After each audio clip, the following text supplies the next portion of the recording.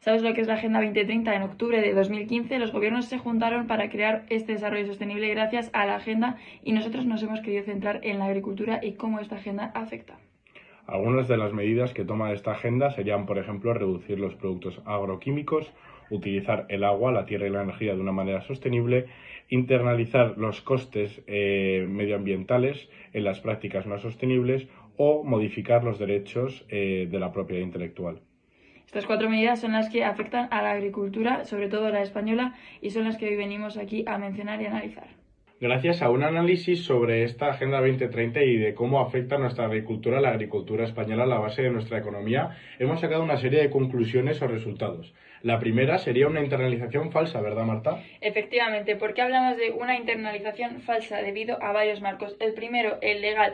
No todos los países tenemos la misma legalidad ni estamos bajo el mismo marco jurídico, por lo tanto, no estamos hablando de la misma competencia ni misma línea de salida. Lo mismo pasa en las condiciones. Cada país tiene una condición distinta, tanto económica como social, como climatológica. Entonces, estamos en las mismas. No partimos de misma línea de salida en todos los países y unos tienen ventaja frente a otros, ¿verdad, Gonzalo? Más tarde hablaremos con un abogado que nos hablará un poco sobre este marco legal. En esta competencia encontramos una gran tensión de los precios porque al subir los costes de producción, aquellos productos que no pueden comprar los agricultores, los precios se tensionan, los agricultores suben ese precio del producto, ¿verdad? Esta competencia afectaría directamente también a los ingresos.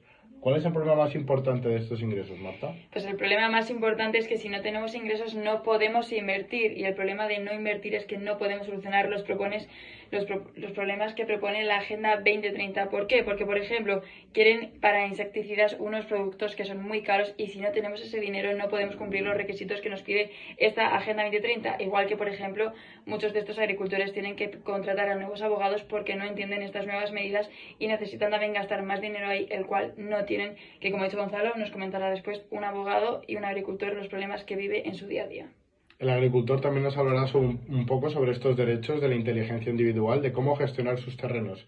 Para concluir, esta Agenda 2030 no generaría un beneficio para los agricultores, la base de la economía.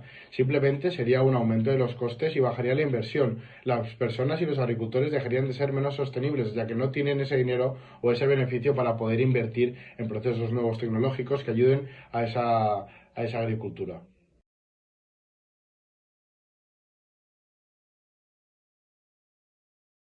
Desgraciadamente, creo más que afortunadamente, estamos demasiado familiarizados porque nos hacen que nos familiaricen desde las administraciones, porque nos están obligando ya a hacer unas prácticas medioambientales que creo que son exageradas para la agricultura española. Se nos intenta hacer trabajar más en las oficinas que en el propio campo. Es decir, ahora un agricultor hoy en día aquí en España, pues a lo mejor el 40% de su tiempo lo tiene que dedicar a burocracia pura y dura. Sobre todo desde la agricultura nos quejamos mucho de la burocracia. El tema de la Agenda 2030, bueno, pues creo que es una agenda donde se nos está haciendo partícipes de un proyecto en el que más que crear riqueza, creo que se está creando o se va a generar mucha pobreza.